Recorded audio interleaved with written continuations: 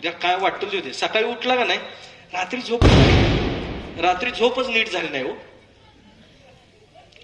रात्री झोप नीट झाली नाही म्हणतात. मग का होत नाही? बिंदास्त झोपा की. हे रात्री 12 वाजलं तर ते मोबाईलवरती कुळकुळ कुळकुळ करत बसते, गावाला गुड नाईट म्हणत बसते. का तुझं गाव तुझ्या कोंबडा आहेस तू गुड नाईट म्हणल्याशिवाय झोपत नाही, गुड मॉर्निंग म्हणल्याशिवाय उठत नाही म्हणायला. खरंच की अहो, मला ते समजतच नाही या लोकांचं. कोंबडा असल्यासारखे रात्रभर good night good night good night. अरे ती झोपलीत का त्याच्या काळी? तू पड, डोळं मिठीव राजा. आणि ते झालं का नाही, काहीतरी काढायचं. कुणी सांगितलं, कोणत्या देवानं सांगितलं एवढं तोंड फाटच तोपर्यंत बघ, जांभ्या देणे बघत बस. गप पड की राजा, गप पड. उष्णता पित्त कमी होईल. हे काय नाही, काय गुड नाईट म्हणत का बसतात मला? त्यापेक्षा ते लिंबू पाणी सकाळ सकाळ उठल्यावर प्या, निदान पोट तरी साफ होतील, व्यवस्थित राहाल. ते करत नाहीत कोण. लिंबू पाणी सकाळ सकाळी प्यायचं बरं का. शक्यतो करून लिंबू, ज्यांना आमवाताचा त्रास आहे ते लिंबू पाणी प्यायचं नाही. गरम पाणी प्यायचं, फक्त 10 मिनिटं चाला बघा, पोट ऑटोमॅटिक निघून जातंय. गरम पाणी प्यायचं, कडक कडक प्यायचं.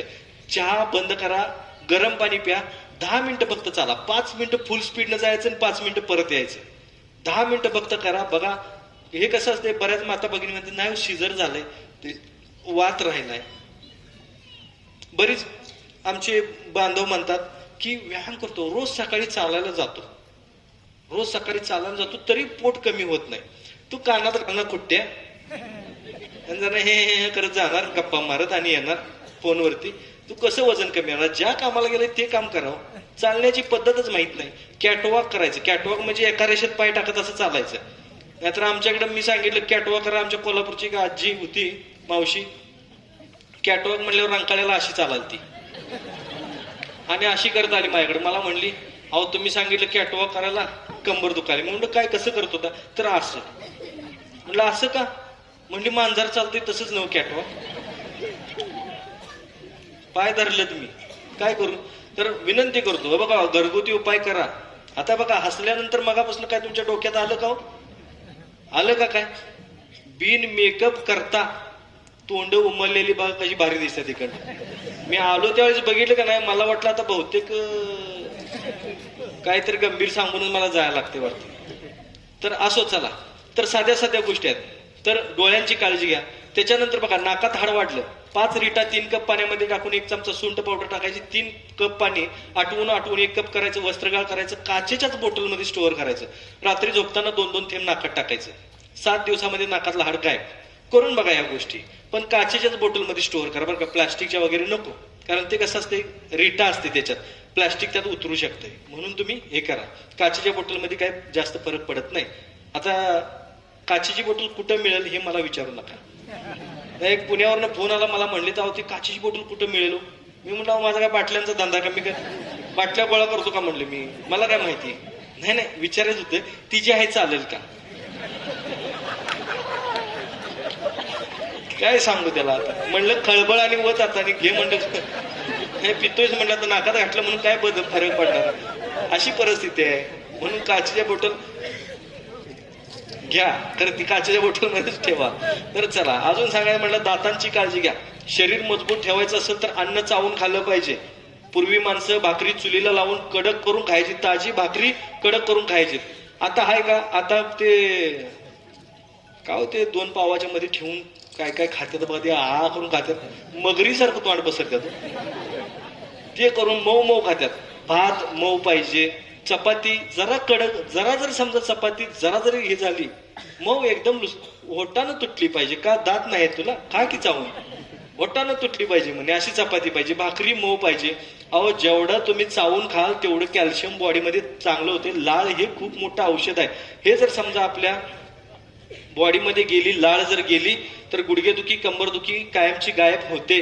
हे लक्षात घ्या. लाळीपासूनच कॅल्शियम तयार होतंय, हे आपल्याला माहिती असायला पाहिजे. म्हणून सांगतात ना, एक घास 32 वेळा चावा. तुम्ही चावणार नाही माहिती आहे, पण ते चावायसाठी ना जरा कडक कडक खाल्लं ना, भाकरी कडक करून खाल्लं ना, 32 काय 64 वेळा चावणार तुम्ही. त्या अन्नामध्ये जर समजा व्यवस्थित लाळ मिक्स झाली, पचनक्रिया व्यवस्थित होते. दुसऱ्या दिवशी विदाऊट प्रेशर पोटात साफ खटाक गोळी घातल्यासारखं. नाहीतर हे 15-15 मिनिटं तिथं जाऊन बसते. बाकीच्यानी काय कुठं जायचं? अहो मोबाईल घेऊन जातात माणसं तिकडं, टाइमपासला 15 मिनिटं काय करू म्हणतात. अरे 1 मिनिटाचं काम त्याला 15 मिनिटं लावतोच राजा. चावून खावा रे, चावून खावा. खरंच की नाही तर 15 मिनिटं ते सुट्टी नाही. आणि तिथं गेल्यावर आणि बघत बसायचं. तिथं गेल्यावर स्वागत तोडकरांचं उघडायचं. तिकडे पुण्यापर्यंत वास येतो, पाया पडतो, बंद करा. काय सांगू तुम्हाला, हे असं सगळा कार्यक्रम. तिथं जाऊन स्वागत तोडकरांचं बघा. आता त्यानं तुमच्याकडे बघा, तुम्ही त्यांच्याकडे बघायचं. ते बघण्यापेक्षा ज्या कामाला गेलाय ते करा आणि रिकाम व्हा ना पाठदिशी. ते राहिलं बाजूला, तिथं जायचं. म्हणून चावून अन्न खावा. बघा लगेच कोटा साफ होतोय, कॅल्शियम वाढतोय, गुडघेदुखी कंबरदुखी कमी येते त्याच्यातून. म्हणून व्यवस्थित अन्न हे पूर्ण ब्रह्म आहे, त्याच्या पद्धतीने खावा. माता भगिनींना विनंती करून सांगतो, संध्याकाळी एवढं शिल्लक राहिलं कुठं ठेवायचं म्हणून आहे असं दाबू नका. नाही तर काय एवढंच आहे कुठं ठेवायचं म्हणतात. बायका त्यातच काहीतरी घेतात आणि खायला चालू करतात. जात नसलं तरी असं करतात आणि खातात आणि वर भांडी घासायची. अहो काय उपयोग नाही या गोष्टींचा. भुक्यापेक्षा 2 घास कमी खावा, वजन कमी राहील. नाहीतर उगाच आपलं ते तसं खाऊनच बायकांची जाडी वाढायला लागलेली आहे, वजन वाढायला लागले. तर हे करतानाच कमी करा, त्यांनाही कमी घाला, आपणही कमी खावा. तर विनंती करतो, तासा 2 तासांनी थोडं थोडं खात चला. संध्याकाळी 7 नंतर जेवायचं. सकाळी लवकर मला म्हणे पाटे उठून जेव, पण रात्री मात्र तू 7 नंतर जेवायचं नाही. म्हणून आज आमची तब्येत ओके आहे. असे तेलाचे ओगळायचे, आम्ही असं पुसत जायचो शाळेला जाताना असं. म्हणून आज केस आहेत आमचे. हल्लीची मम्मी आहे हो, आई नाही आहे. हल्ली मम्मी जन्माला आलेली आहे. आईचं जवळपास कार्यक्रम झालेलाच आहे. हाय का आमची आई एक रप्पाटा लावला का नाही असा, इकडला शिंगुडे का दणक्यात इकडे, आणि त्या असा पुसायचा आणि त्याच हाताने जेवायचं. जेवायच्या ते हात धुवायला गेले तर आमची आई म्हणायची, आज जेवल्यावर धुणार जायच की, आधी आणि काय धुवायचं म्हणायचं. त्याच हाताने जेवायचं आणि जेवल्यावर हात धुवायचं, असं होतं. आताची मम्मी शाळेला आठवड्याला मुलाला तुमच्या 3 वेगवेगळ्या रंगाचे ड्रेस आहेत. त्यात शाळेत स्कूल बस येतेच आपल्याला न्यायला, शाळेची बस येते. हे काय करते, त्या मुलाला मेकअप करायचा, पावडर बिवडर थापायची, खरं डोक्याला तेल लावायचं नाही. का त्याचा एनए प्लॉट पडू नये 25. त्याला तेल लावायचं नाही.